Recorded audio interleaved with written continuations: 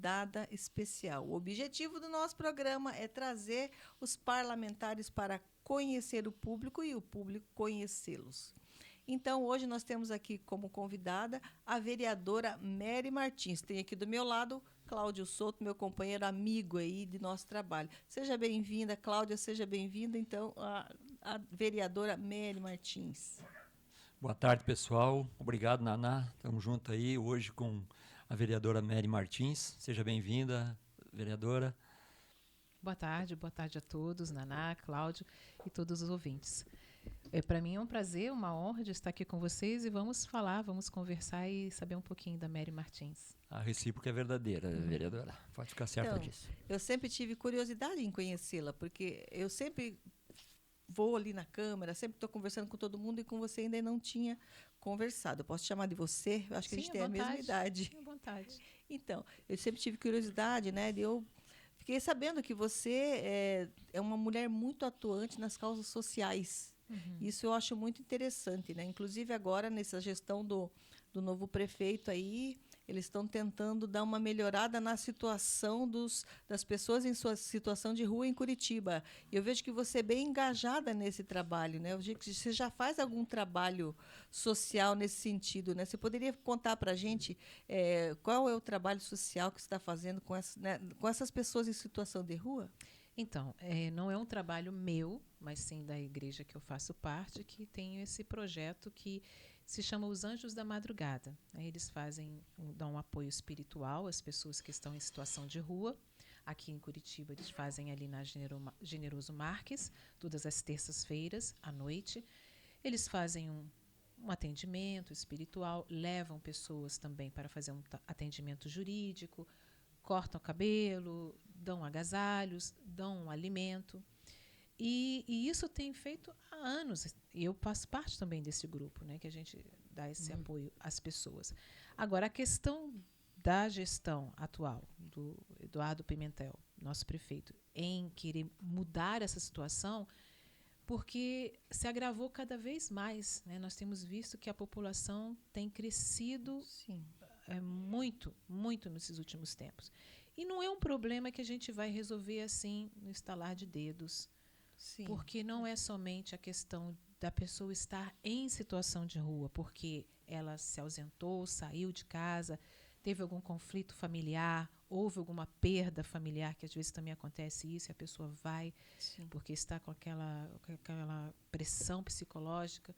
Mas existe também a questão da dependência química, que está muito mais forte. Então, aquela pessoa que no início foi porque houve uma separação, perdeu a casa, o emprego, e ela ficou desnorteada e pensando que morando na rua ela teria uma liberdade. Hoje ela foi abraçada pelas drogas e agora ela não consegue sair desse ciclo vicioso. Então, é claro que o nosso trabalho espiritual da igreja, de dar o apoio, tem ajudado muitas pessoas. Pessoas têm ido, têm conseguido até mesmo sair, regressar para a sua família, mas muitos outros continuam. Eu acho que a igreja é uma grande parceira nesse trabalho e eu acredito que o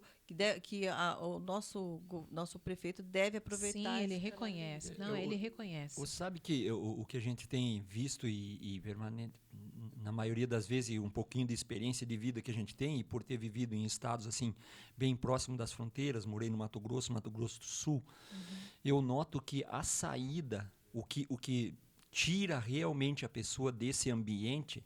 Claro que a família ajuda e coisa, mas eu noto muito que é uma questão religiosa. Quando as pessoas se encontram dentro de uma religião, e eu sempre digo que não interessa qual é a religião, mas assim a religião que traga com uma paz espiritual. Eu noto que as pessoas até saem.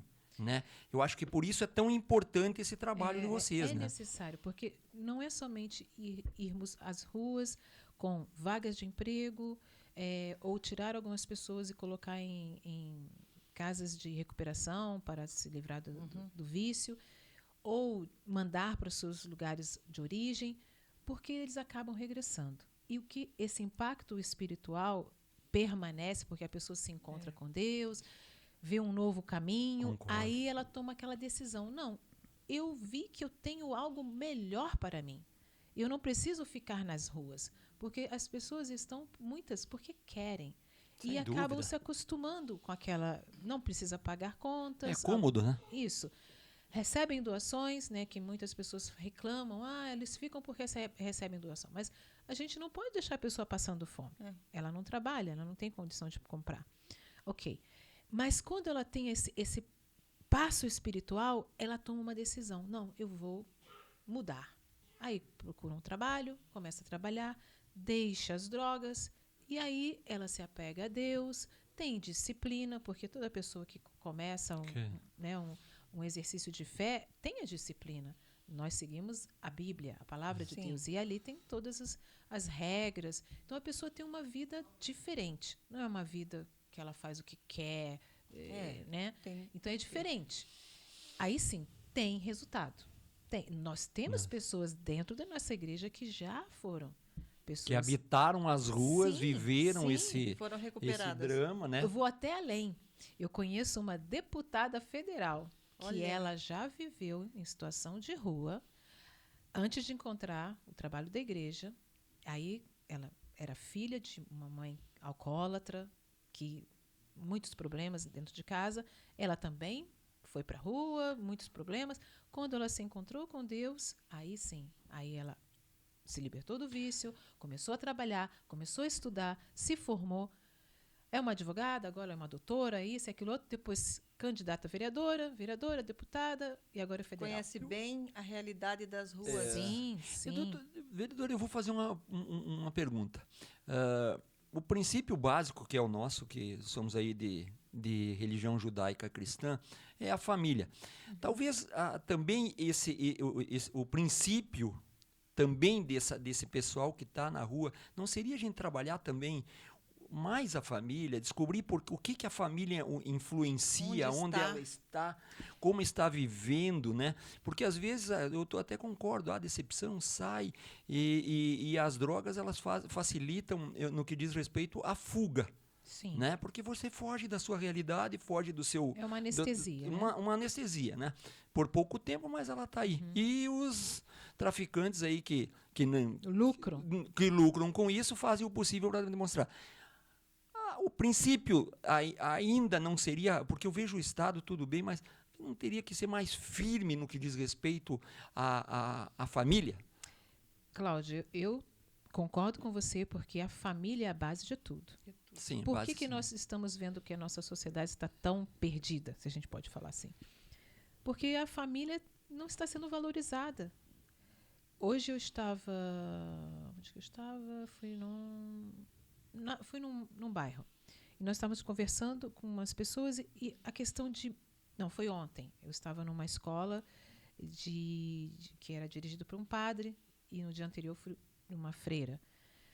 E a gente estava falando sobre família e os valores. Quando nós éramos pré-adolescentes, não é o que eles estão vivendo agora, a pré-adolescência. É diferente, a realidade é outra. O que os nossos pais, nossas mães, nossas avós e tias faziam conosco não é o que fazem hoje em dia. Não fazem. Infelizmente, eu não quero ficar aqui jogando na cara de ninguém, mas hoje em dia ninguém quer perder tempo em criar filhos. A pessoa trabalha muito, ela tem muitas responsabilidades. Então, quando ela chega em casa, o que ela pensa? Eu quero relaxar. Então, ela pega o celular dela, ou tablet, o que for, e dá um para a criança, ou para o... Vai ficar intertido, vai ficar ali distraído e vai deixar ela em paz. Porque ela quer relaxar, ela está cansada. Isso. E fora os outros problemas que tem, né? As contas para pagar, isso e aquilo. Mas o que nós vivíamos lá no passado? Todos nós tínhamos contas, tínhamos problemas. Só que os pais... a responsabilidade que eu tinha que passar para o meu filho, de que ele, ou minha filha, de que ele tinha que crescer, ele tinha que entender, que ele tinha que trabalhar, que ele tinha que se esforçar, que ele tinha que ter... De fazer o trabalho de casa, de estudar para poder passar de ano, para não ser reprovado. Né? Hoje em dia, não. Eles querem que a escola crie o filho. Exato. Nós transferimos Exatamente, nós transferimos isso que eu ia para as escolas essa responsabilidade E os professores. da educação e não do conhecimento e cultura, que essa é a função da escola. Isso Sim, tudo bem. sim. Mas nós transferimos, eu não vou dizer nós, porque eu também sou do período aí de que eu fui criado de uma maneira bem diferente, Hoje né? em dia, né? Hoje em dia. É. E assim, aqui na internet a gente tem muita coisa boa, mas também tem muita coisa nociva. Sem dúvida. E aí o que a gente começa a notar? Os adolescentes começam a se autoflagelar, mutilar, muitos com depressão, porque está faltando a figura do pai, da mãe. Muitas vezes não sabem o que está passando o filho ou a filha. Eu falo, quando eu tenho oportunidade, por exemplo, eu vou à igreja, mas dentro da igreja eu falo isso. Por favor, saibam o que o seu pai, que a sua mãe está fazendo. O seu pai, sua mãe. O seu filho está fazendo. Pai, mãe, saiba o que os seus filhos estão passando. Converse. Quando foi a última vez que você conversou com a sua filha, com o seu filho? Com certeza. Dá atenção. Sem dúvida. Porque ninguém tem mais paciência de conversar, de olhar nos olhos. Isto. Nem o casal. Cada um de um lado, do Sim, outro. com o celular na mão. Isso, talvez assim, deitado na cama. Ninguém senta à mesa para comer, para conversar. Como foi seu dia? O que aconteceu? Porque toda criança passa por dificuldades. Hoje em dia fala de bullying, né? E a gente às vezes também lá atrás passávamos, mas a gente não carregava. Sem dúvida. Meu marido era chamado de girafa porque ele tem 1,90 m. Sei lá. Eu nunca fui chamada de girafa, mas, sei lá, deveriam falar. Eu me lembro que um dia minha mãe fez um penteado em mim e a menina olhou assim, começou a rir e gozar do meu penteado. Passou 2 semanas, ela estava com o mesmo penteado. Eu falei assim, poxa, ela fez pouco de mim, ficou mostrando para os outros e rindo de mim, e agora ela está fazendo a mesma coisa no cabelo? Mas o apelido era criativo, doutora. Se eu citar aqui os apelidos que eu tive, Eu também. Era criativo, né? Mas hoje a criança, o adolescente, recebe aquilo é muito pesado. Muito pesado. E não tem ali o apoio da mãe, do pai para escutar e também ajudar. Eu acho assim, antigamente os professores eram autoridades na sala.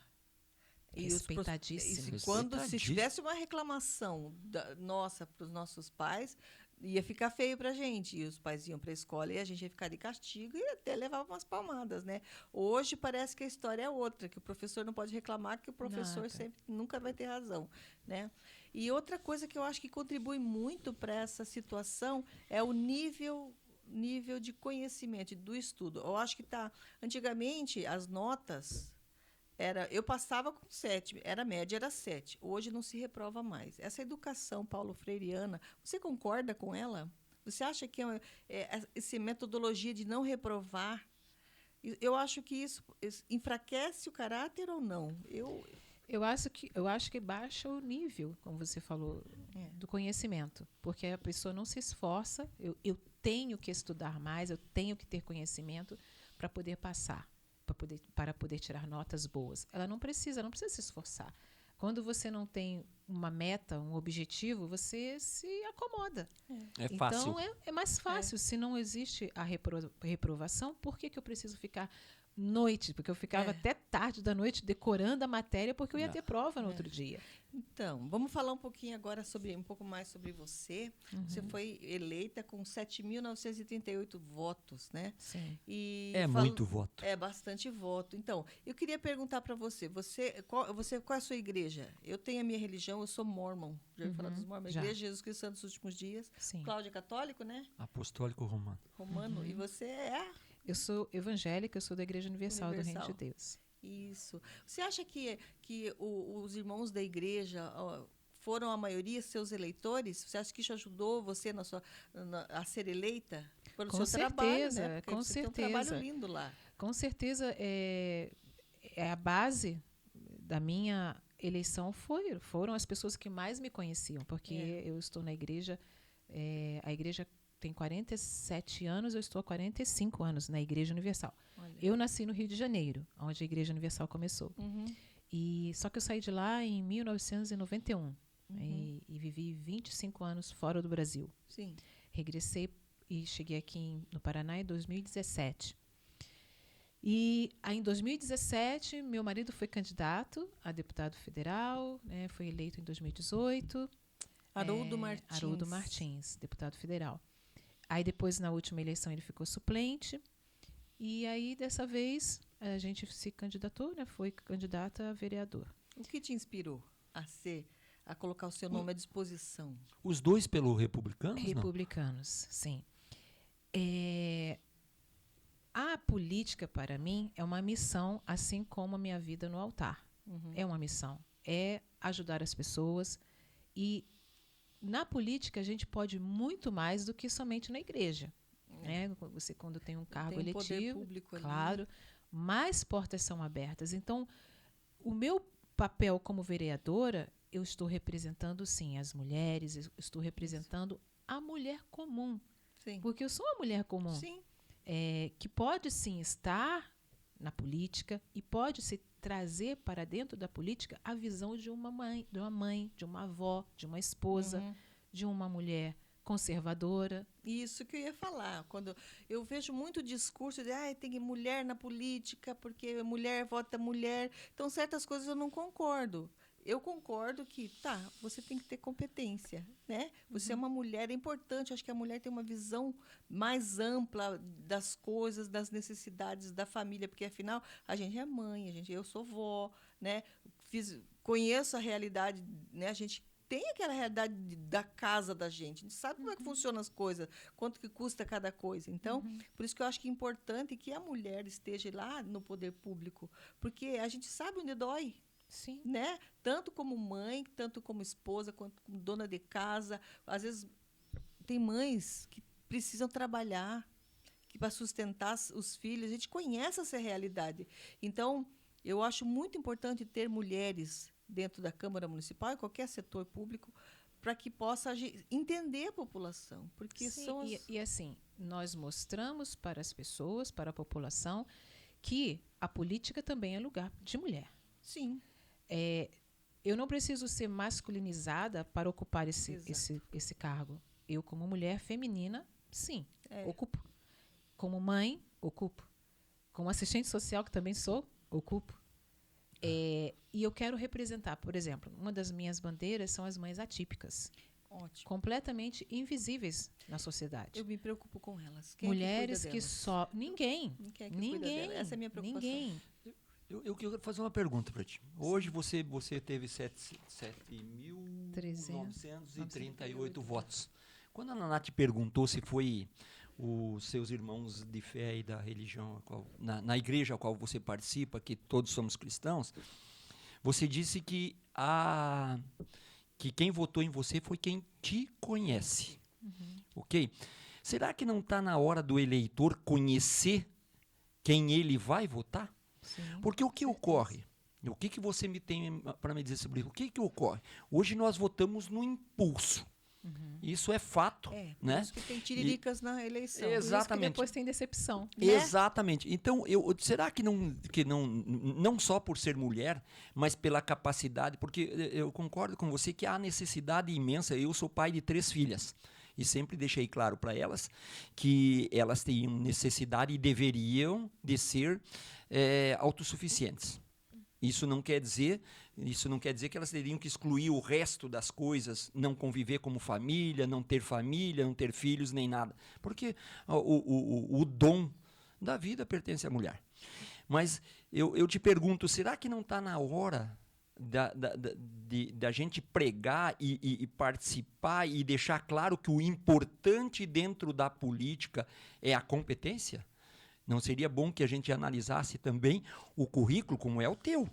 Fantástico, eu estive lendo o seu currículo, é fantástico, é muito bom. As pessoas que votaram em você se basearam no teu conhecimento como pessoa e no seu currículo como competência. Você não acha que é importante também isso? Completamente. Eu disse, eles são a base da minha eleição. Mas houve também pessoas que não me conheciam, que não eram da igreja, porque nós fizemos campanha, nós fomos às ruas, nós nos apresentamos. Exato. E aí as pessoas, muitas não me conheciam, mas votaram em mim, sim, e não pertenciam à minha igreja. Muitas pessoas também. Mas é claro que as pessoas têm que saber quem é esse candidato. E eu falava mesmo, você tem que saber quem é, porque senão há decepção mais tarde, porque há aqueles que só querem o voto, há aqueles que compram os votos, há aqueles que fazem trocas. Ó, você vota em mim, você vai receber isso, eu vou te dar um cargo, vou fazer aquilo outro. Eu já falava logo, olha, eu não vou oferecer nada para o senhor, só trabalho. Trabalho eu vou fazer. E tenho trabalhado. Muitos vereadores até me encontram assim, meu Deus, essa mulher trabalha demais, eu acompanho ela na rede social, essa mulher não para, como que essa mulher aguenta? É Mary Martins, porque eu me propus a isso, a trabalhar. Quando você realmente quer resolver as coisas, você tem que correr atrás. Você tem que bater em uma porta, bater em outra. Visitei os secretários, visitei os conselheiros tutelares, o prefeito, e continuo, porque senão as coisas não acontecem. Não acontecem. Aí a gente fala, mulher na política é um cenário machista. Sem dúvida. Neste momento, nós temos 12 vereadoras pela primeira vez. 26 homens. São 38 total, né? 26 homens. Isso. 3 mulheres na mesa diretora. Eu sou uma delas, eu sou terceira secretária. Você, a Diara e a Carlise? Não, a Carlise não. Carlise não. A Georgia Prates. A Jorge. Então, nunca houve também. Isso tudo nós estamos fazendo história. E, como a Naná falou, a mulher tem dentro dela esse mover, ela quer resolver as coisas, ela tem consciência da administração do seu lar, ela tem consciência da família. Então, dentro de nós tem essa empatia, porque nós, como mães, sempre pensamos no melhor dos nossos filhos, o melhor do nosso marido, da nossa casa. Nós levantamos mais cedo que todo mundo, deitamos mais tarde. Esse é o nosso DNA. Então, quando nós estamos na política, nós temos essa visão. Meu Deus, nós temos que arrumar esta casa Curitiba. Nós temos que arrumar esta casa. E há muito o que fazer. Muito, em vários aspectos. Nós tivemos essa semana uma discussão, porque foi votado um projeto que seria a Semana das Cidades Inteligentes. Para que a população soubesse mais o que quer dizer isso, cidade inteligente, trazer mais para perto da população o que é um startup. Tem gente que não sabe o que é isso. Por que Curitiba ganhou esse prêmio? Porque as pessoas falam assim, mas como é que a cidade é mais inteligente? Mas está faltando isso, tem aquilo, aquilo outro. Mas tem os critérios para a cidade receber esse prêmio e ela tem os seus critérios. Aí começaram a discutir outras vereadoras começaram a falar, mas como pode ser inteligente? Porque eu vou lá naquele bairro, tem isso, tem aquilo, tem aquilo. A gente não está falando que Curitiba é perfeita. Não existe. Não. A gente não está falando que Curitiba tem tudo, excelentemente tudo. Não. Mas ela ganhou um prêmio internacional porque ela tem a pirâmide solar, que foi feita lá no Caximba. Sim. Tem o Fala Curitiba, que é um sistema de ouvir a população. Lá no trabalho hoje tinha uma barraquinha do Fala Curitiba. Hoje, lá no Outras cidades não há isso, não há. Nós temos toda a integração da saúde, o transporte, tem muitos requisitos e nós temos. E eu mesmo falei para essa vereadora que estava falando isso, assim, olha, eu sou natural do Rio de Janeiro, você é natural de outra cidade, que é do Ceará, outra cidade lá. E você sabe que as nossas cidades não têm o que Curitiba tem. Sim. Então não adianta querer falar mal de Curitiba. Também não gosto que fala mal da minha cidade. É positiva. Mas claro que nós não vamos ficar cegos. Nós, como vereadores, nós caminhamos em vários bairros e temos noção e vemos os problemas da cidade. E ela está lá para melhorar o que ela está achando Por isso que a gente está aqui para trabalhar. Então, aí o que eu falei, nós temos que expandir o que nós temos de bom nos principais bairros próximos do centro para os bairros mais periféricos. Isso. Nós temos que expandir. Sim. E eu sei que o nosso prefeito tem consciência disso. E ele está trabalhando nisso. Eu tenho visto que ele está fazendo uma gestão boa. É começo ainda, mas já dá para notar. A gestão dele é humana. Ele ouve o povo, ele entende, ele é família, ele sabe a necessidade da família. E é um menino ainda, eu gosto. Encontrei com ele outro dia lá no meu trabalho, né? Nossa, ele é muito querido, ele é muito acessível. Isso. Né? Ele não é uma estrela. Ele é um gestor público. Eu fiz campanha para o Paulo Martins durante essas eleições, porque o Paulo Martins é do mesmo partido que o nosso, né, que o meu, o qual eu faço parte. E eu conheci o Eduardo Pimentel em uma necessidade. Quando estávamos aí, quando deu aquela catástrofe no Rio Grande do Sul, eu estava ajudando na coleta e tal, e tinha alguns produtos parados na Defesa Civil, e eu precisei tentar fazer com que fosse liberar isso o mais breve possível, já que nós tínhamos caminhões para ir para lá. Cara, por incrível que pareça, eu passei uma mensagem para ele. Na época, então, ele era vice-prefeito, e ele prontamente me respondeu: olha, Cláudio, me deu uma resposta. Não era da competência dele liberar, mas deu uma proposta. Eu acho que a cidade de Curitiba, é como você disse, é uma cidade inteligente, e há muitos anos atrás, eu já morei aqui e morei muito fora daqui, se tem uma opinião formada sobre Curitiba, a melhor cidade do sul do país e uma das melhores do Brasil. Por que isso? Porque era uma cidade laboratório. Se você lançasse alguma coisa desse certo, era laboratório. Se desse certo em Curitiba, dava certo em outras cidades. E essa semana recebemos a melhor capital de melhor qualidade de vida. Olha aí. O nosso povo curitibano, ele é diferenciado. Eu vejo que aqui, eu viajei a São Paulo recentemente, fiquei uma semana lá, e as pessoas jogam lixo no chão. Nosso povo não joga. A gente acha um absurdo ver alguém jogando lixo fora do carro, no chão, e lá parece comum. E a gente tem essa educação que já vem do povo, já não é uma coisa pública. É uma coisa que é uma educação nossa, uma coisa nossa. Sim. Né? E se você vai no Nordeste, você se assusta de ver tanto lixo. Isso sim, e já tive lá. É diferente. E assim, todas as cidades do mundo, as grandes capitais, foi o que eu também falei lá na Câmara. Eu vivi em Nova York, vivi em Moscou, vivi em Helsinki, vivi em Lisboa, vivi em... O que mais? Dublin, New Jersey, Então conhece Califórnia, bem. Curitiba, Santa Ana. Tem problemas também. Todas essas cidades internacionais, grandes cidades, têm problemas também. Que parece que a grama dos outros é mais verde. O ser humano... Nossa, infelizmente, o ser humano, nós criamos as entidades, criamos essas associações para ser perfeitas. Quem as estraga? Não é o ser humano? Então, as cidades têm problemas com o quê? Porque o ser humano em si não consegue, muitas vezes. Porque a periferia, todo mundo fala, a periferia é complicado. Realmente é difícil, é outra cultura, é outra maneira de se portar, é outra maneira de ver as coisas. Então, o trabalho de vocês realmente é esse, e também fiscalizar. A Câmara de Vereadores hoje ela teve uma reforma aí de quantos vereadores entraram novos? 29 novos vereadores. De 38 ficaram só 9 permanecem no cargo. Isso é importante porque há alternância de poder e há ideias novas para isso. O que você entende hoje por fiscalizar o executivo, porque faz parte também. Não, vamos fazer um monte de coisa. Tudo bem, mas tem que ter cuidado, porque às vezes eles sozinhos não conseguem fazer. Como você entende que dá para se fiscalizar melhor o executivo e fazer com que as coisas aconteçam de maneira justa dentro do município? Não estou falando só de Curitiba, no município. Sim, esse é o papel do vereador, não é? Fiscalizar o trabalho do prefeito, né, do executivo em geral, né, que está à frente.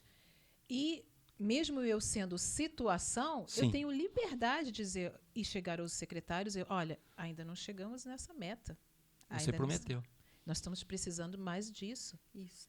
Por exemplo, nós também estamos, como eu falei, visitando os conselhos tutelares, e eu ouvi muitas demandas deles.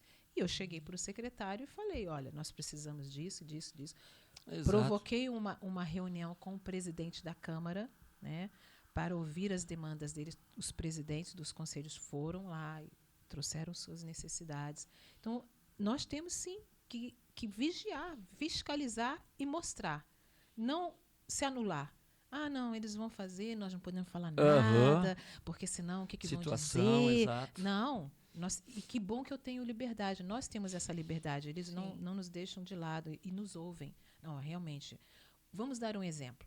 Nós tivemos na semana passada um projeto que nós teríamos que o prefeito mandou para a utilização dos recursos dos conselhos municipais, dos recursos municipais. E aí todo o terceiro setor se sentiu, não, nós temos as associações que dão apoio às crianças, aos adolescentes, aos deficientes e aos idosos. Não pode mexer nesses recursos. Não pode. Então, nós fomos ao líder, levamos essa preocupação ao prefeito e o prefeito fez uma emenda. Aí, ó. Olha aí, tudo quem quer faz. Eu tenho outra pergunta. No últimas eleições do Conselho Tutelar, né, Naná? Sim. Nós da direita trabalhamos muito. Certo? Nós trabalhamos com afinco para que isso também tivesse uma outra... que o Conselho Tutelar tivesse outra maneira de agir. Certo? Porque como ele estava tomado pela esquerda, isso vinha trazendo uma dificuldade imensa aí no que diz respeito no que nós acreditamos. Nós trabalhamos isso, conseguimos até, acho que, participar bem mais como direita e como os conselheiros de direita. Na história nunca foi tanta gente votar para Conselho Tutelar em Curitiba. Nós trabalhamos muito, né, Cláudia? Com certeza. Né? Uma conscientização eu te pergunto, o que tu sentiu, tá? O que eu noto é o seguinte: nós somos de direita, conservadores, né? Você também segue essa mesma linha. Estou te chamando de você, até nem sei se eu deveria, né? Mas o que acontece? Você sentiu que há uma diferença nos conselhos tutelares depois desse trabalho nosso? Sim, para melhor. Para melhor, né? Melhor, sim. Ai, que bom. Mas os problemas, como a gente está falando antes da família, piorou cada vez mais, né? Sim, as demandas muito grandes. Eles trabalham assim até às 10 horas da noite direto de tantos casos que acontecem. Mas a questão da ideologia, né, ela atrapalha demais. Tem diferente. Algumas coisas que eu vejo que atrapalha a gente trabalhar melhor. Na questão dos moradores de rua, a própria lei não deixa você tirar ele da rua. Não deixa. Na questão dos conselhos tutelares também. Você depende muito de uma resposta da família. Então, tem certas coisas que precisam ser mudadas para melhorar. Sim. Veja bem. Aí são questões federais. São questões federais que a gente depende, né? Você sabe de quem. E hoje a Câmara não legisla, né? Mas e o Plano Nacional de Educação, esse que querem implementar aí, que não vai passar, que eu não quero que passe, também vai piorar a situação. Não sei se você teve acesso ao documento do Plano Nacional de Educação, que tem coisas absurdas lá. Então, uma coisa que eu sempre me preocupo é, a longo prazo, se cada escola tivesse um psicólogo, que tivesse sessões para essas crianças poderem falar. Porque eu vejo que a professora está lá com 30, 40 alunos. Lá tem um DAO, por causa dessa bendita como é que fala? Inclusão. Aí tem um DAO, um autista, um disléxico, um hiperativo, e a professora tem que lidar com tudo isso. E algumas crianças que sofrem maus tratos, né? E a professora tem que identificar isso e lidar com isso sozinha. Tem lá a pedagoga, mas a escola tem quanto? 200 alunos em cada turno. Eu creio que, se tivesse um psicólogo que pudesse fazer plantão para ouvir os alunos, a longo prazo, eu acho que o ser humano seria melhor, ia sair mais bem estruturado da escola. Eu acredito que agora o protocolo é direcionar a criança que elas notam alguma necessidade para o conselho tutelar, o pedagogo. Mas se depende do pai, eles não vão levar. Por isso que eu falo, o tratamento tinha que ser ali na escola, enquanto a criança está ali. Porque se depender do pai e a mãe levar, eles não vão levar. Eu vou, não sei se vocês sabem, mas eu protocolei um projeto de lei, mas não tem nada a ver com isso, mas é em questão às crianças com transtorno do autismo. Que as professoras precisam ter uma capacitação. Sem dúvida. Para atendê-las, acolhê-las. E esse projeto já passou pela CCJ, vai precisar passar por mais algumas comissões para se tornar lei e por plenário, né, se for aprovado no plenário. Porque é injusto para os professores ter diferentes condições e ela tem os 30 e tantos outros esperando e as outras crianças necessitando também de atenção. há a falta dos tutores, que deveria ter um tutor para essas crianças que têm o transtorno. E aí, de repente, uma daquelas crianças se desestrutura no momento lá e como ela vai fazer? Então, por isso que eu fiz esse projeto, para que desse a ela mais ferramentas para ela, sim, atender esta criança e não deixar as outras e não passar para as outras que aquela criança é problema também. Isso também tudo isso é ruim. E não deixar as outras de lado. Ela precisa estar a par de como agir. Ela precisa ser a heroína. Sim. Infelizmente, difícil. a gente não pode lançar a professora assim e deixar o Léo. Sem dúvida. Eu pensei, nós vamos prepará-las melhor para as situações que todos os dias elas têm que enfrentar na classe. Não seria o caso de termos um profissional capacitado para esse tipo de situação? Porque, veja, para surdo e mudo, né? Já tem um professor de Libras, né, que acompanha o aluno ali, é obrigatório.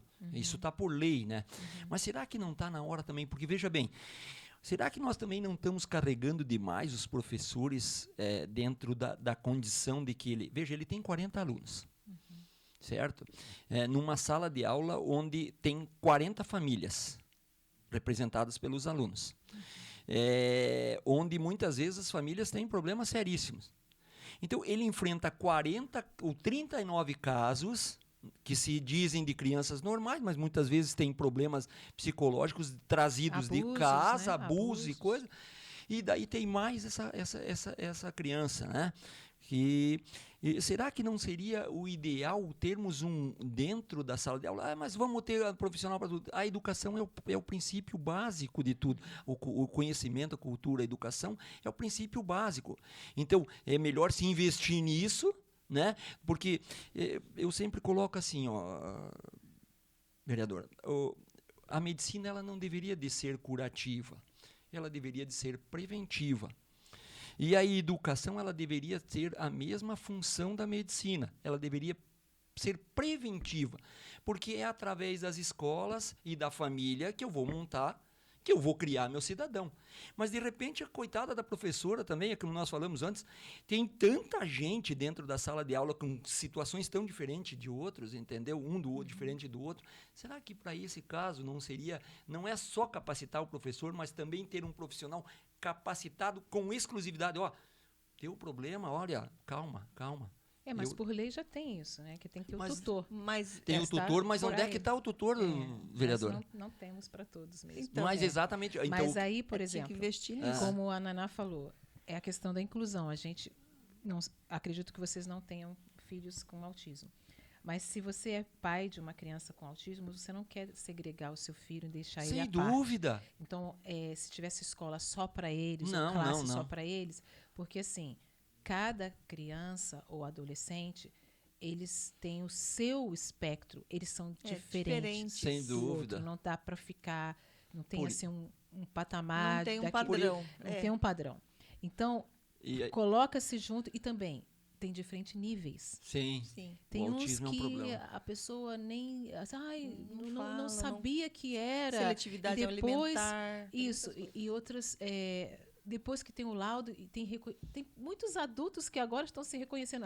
Realmente, eu não sabia, mas agora que eu passei... Agora a gente também tem que ter muito cuidado, porque daqui uns dias não vai mais ter pessoas normais. A maioria vai ser ou autista ou com TDAH. Se depender da pessoa se autoproclamar, exatamente. Mas só que tem os critérios e tem os... Sem dúvida, porque temos que ter cuidado, porque tem que ter um profissional para poder fazer. Eu tenho TDAH. Eu descobri TDAH por causa do meu filho, que ele era diferente das suas maneiras e eu levei no psicólogo, foi diagnosticado com TDAH.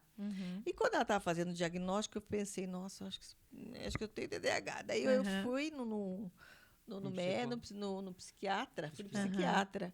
E ele falou, você tem TDAH. Sim. E eu não sabia que eu tinha. Eu sofria muitas coisas. Tá ficando, desculpe, vereadora, mas temos que ter cuidado, porque hoje, antigamente, a criança tinha ela não parava Ela fazia nós não diagnosticávamos Era o ele. capetinha. A gente não dava um diagnóstico, que a gente dizia. Porque não tinha solução, né? E Que falava assim, saúde mil que coisas. tem, só vai com calma. Irrequieto, ele não para ninguém- quieto. Não para quieto. Agora, de repente, eu tô arrumando também muito, como eu estou arrumando muitas doenças, muitas situações, e agora também não querendo criticar, LGBTQ, e vai, termina em 6 palavras, 6 letras, ou 7. Nós estamos criando, talvez, também um excessivo problema TDAH, e eu tenho TDF, total dificuldade financeira, mas é diferente, né?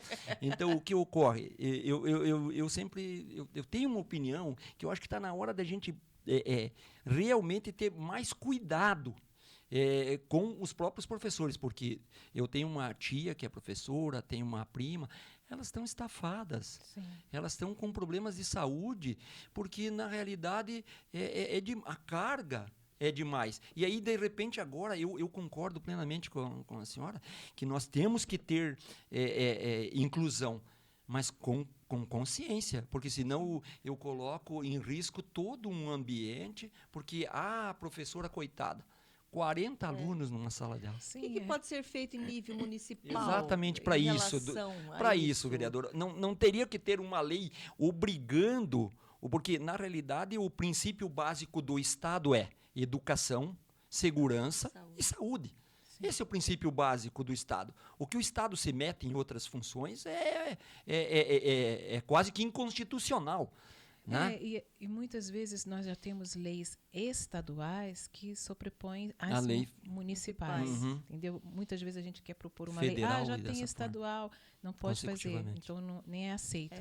Então realmente o município é difícil. Muitas coisas as estaduais já sobrepõem, já tem muitas leis estaduais e federais. Uhum. Agora, uma lei não sobrepõe a outra. Você estava falando sobre essa questão das crianças, isso e aquilo. Mas não é também só as professoras. Se você olhar no geral, na sociedade, as pessoas que trabalham no comércio, as pessoas que trabalham em banco, as pessoas que trabalham médicos, enfermeiras, da saúde, as pessoas que atendem as pessoas na saúde, todos estão sobrecarregados. É uma coisa geral, não é somente... É fruto do quê? Será que é dessa manipulação da internet excessivamente, dessa tecnologia? Eu acho que pode ser. Olha, por causa que tem... há muitas teorias. Há muitas teorias do uso excessivo de telas. A população também cresceu. Contribui muitas coisas. A alimentação, muitas pessoas não comem mais tão saudável como antigamente, muito processado. Isso. Bebidas, fumo, drogas. Mulheres que consomem álcool na gravidez, também isso resulta futuro no feto. Eu acho que teria que ter assim, então, uma política de conscientização. A minha filha, você falou do seu, eu vou falar da minha. TDAH e TOD. Ela é uma menina que foi adotada. Uhum. Eu adotei ela na Rússia. Então, o que a pessoa que teve a gestação trouxe, absorveu antes ali, e ela recebeu, eu não sei. Entendeu? Gostei de saber que você é mãe adotiva, porque eu tentei tenho adotar 5 filhos, uma biológica, o resto todos são adotados. Então. Eu tenho 5 filhos, uma só biológica. É um dom que você dá. Você dá e não espere receber. Eu tentei adotar um menino e passei por isso.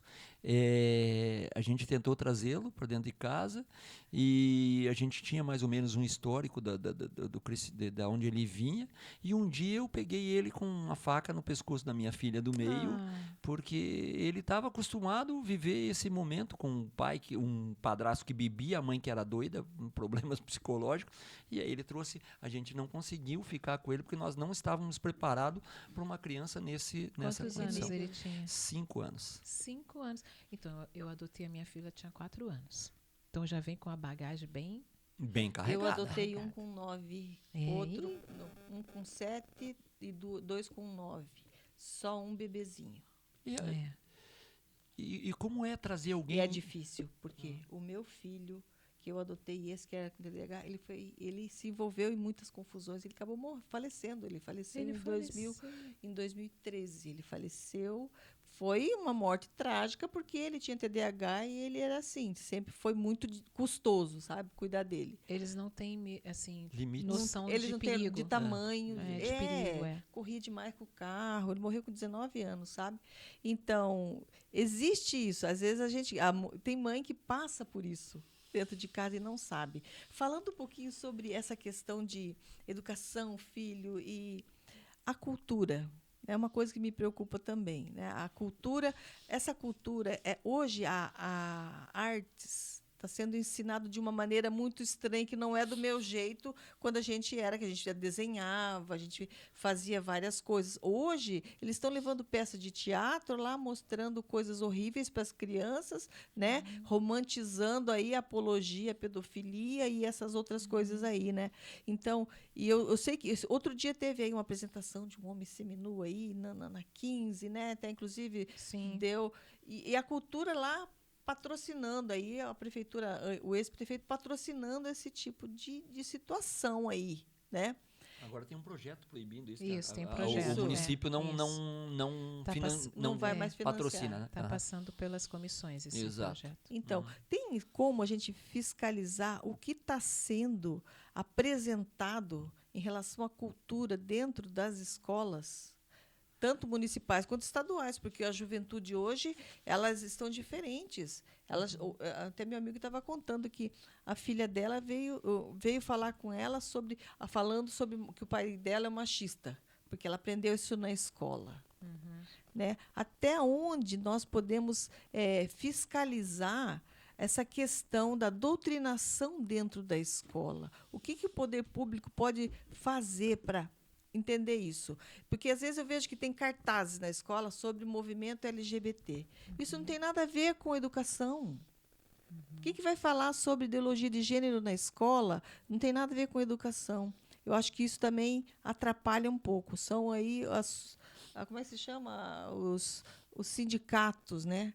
Que às vezes promovem essas situações. As associações, né? Então, tem algum projeto nesse sentido para coibir esse tipo de comportamento, de cultura,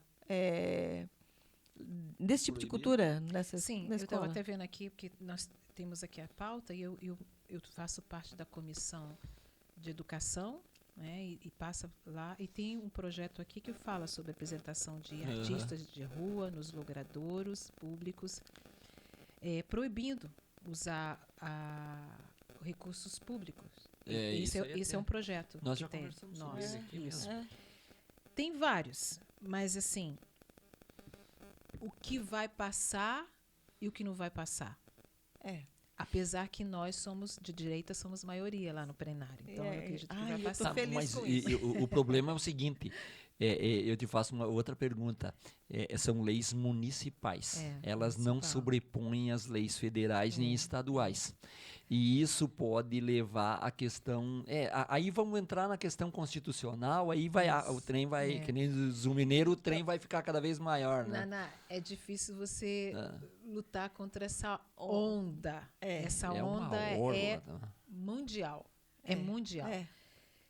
A gente tem que se preparar para o pior. Para o pior. Eu, como uma pessoa que sigo a palavra de Deus... A gente já sabe. A gente tem que se preparar para o pior.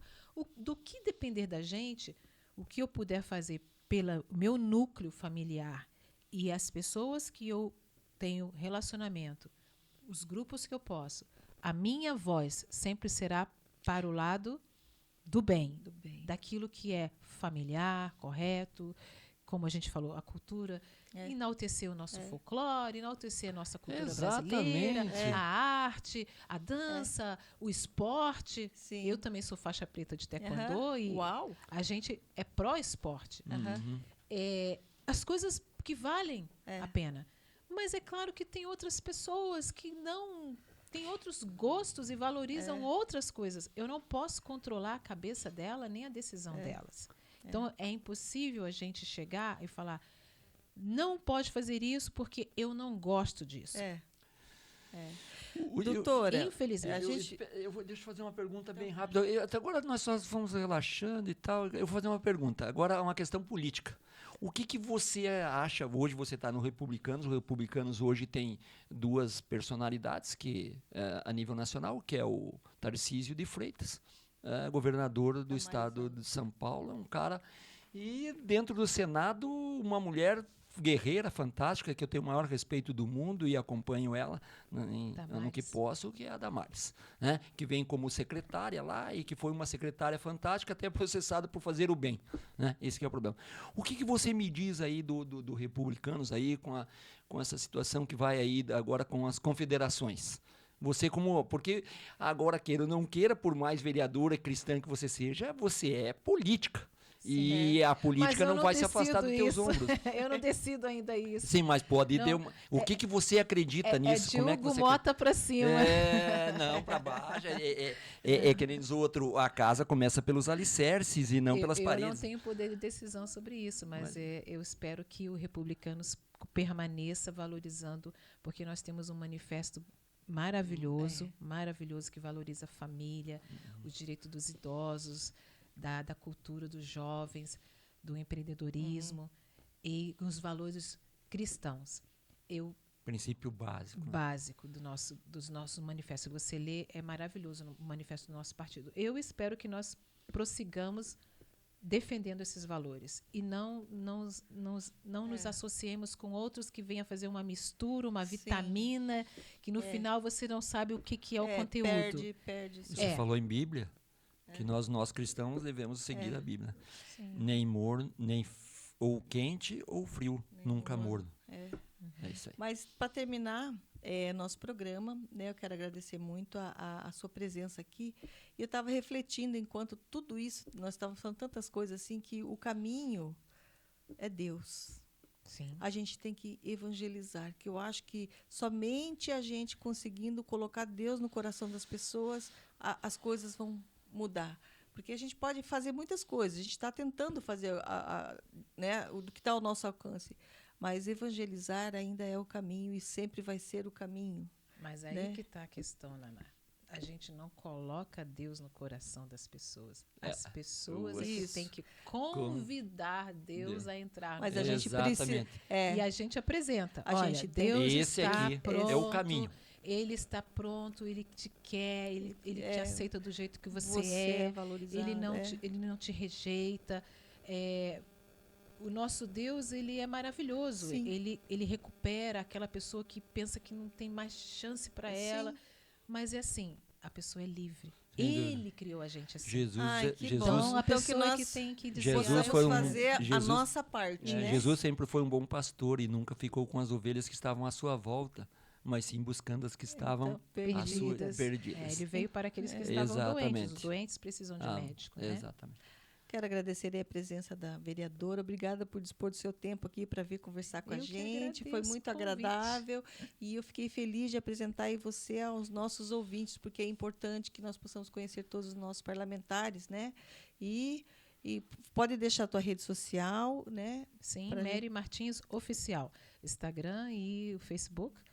E, por favor, acompanhe pelas redes, porque ali diariamente a gente posta os trabalhos, as discussões, tudo, os projetos de leis que nós estamos defendendo, além do que eu deixei de falar, que são dos animais também. Sim. Inclusive um projeto, todo mundo está falando agora, que é de colocar câmera nos lugares de pet shop que dão banho, fazem tosa, porque acontece muitos incidentes, isso, e nós estamos passando com esse projeto na Câmara e espero que seja aprovado. Pessoal, obrigada, Cláudio, pela companhia. Eu que agradeço, Naná. Eu quero também dizer para a vereadora, foi um prazer enorme fazer parte aqui da bancada e tê-la aqui. Eu não lhe conhecia e foi gratificante. Foi momentos muito gratificantes aqui em participar junto com você aqui na bancada. Muito obrigado mesmo.